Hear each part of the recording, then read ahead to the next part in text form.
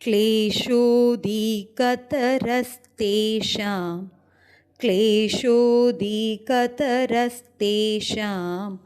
अव्यक्ता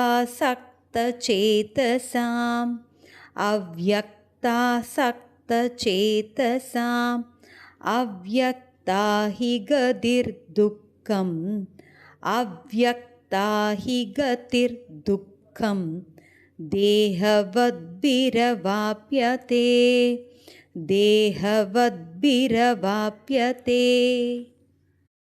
12வது அத்தியாயம் 5வது ஸ்லோகம். இப்போ ஸ்லோகத்தை கேட்டீங்க.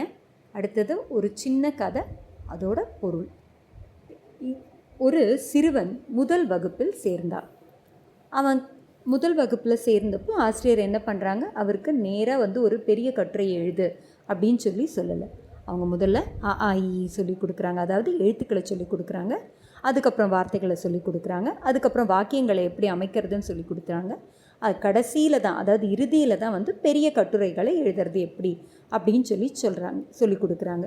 ஒரு நாள் சிறுவன் கேட்டான், ஆசிரியரே ஏன் முதல் நாள்லேயே எனக்கு பெரிய கட்டுரை எழுத நீங்கள் சொல்லிக் கொடுக்கல அப்படின்னு கேட்டான். அப்போ அதுக்கு ஆசிரியர் சிரித்தபடியே கூறினார், ஒவ்வொரு பெரிய சாதனைக்கும் ஒரு எளிய ஆரம்பம் தேவை. இப்போ நம்ம ஸ்லோகத்தோட விளக்கத்துக்கு போகலாங்களா? இந்த விளக்கம் அர்ஜுனன் கேட்ட கேள்விக்கான பதில் தான். உருவமற்ற பரம்பொருளை மனதில் தியானிப்பவர்களை பற்றி கேட்டிருந்தார் இல்லையா, அவங்க பெரியவங்களா அப்படின்னு கேட்டிருந்தார் இல்லையா, அதுக்கான பதிலாக தான் இந்த ஸ்லோகம் அமையுது. இந்த ஸ்லோகத்தில் கிருஷ்ணர் ஒரு முக்கியமான உண்மையை சொல்கிறாரு. உருவமற்ற இறைவனை தியானித்தது உயர்ந்த வழி என்றாலும் அது அனைவருக்கும் எளிதானது அல்ல.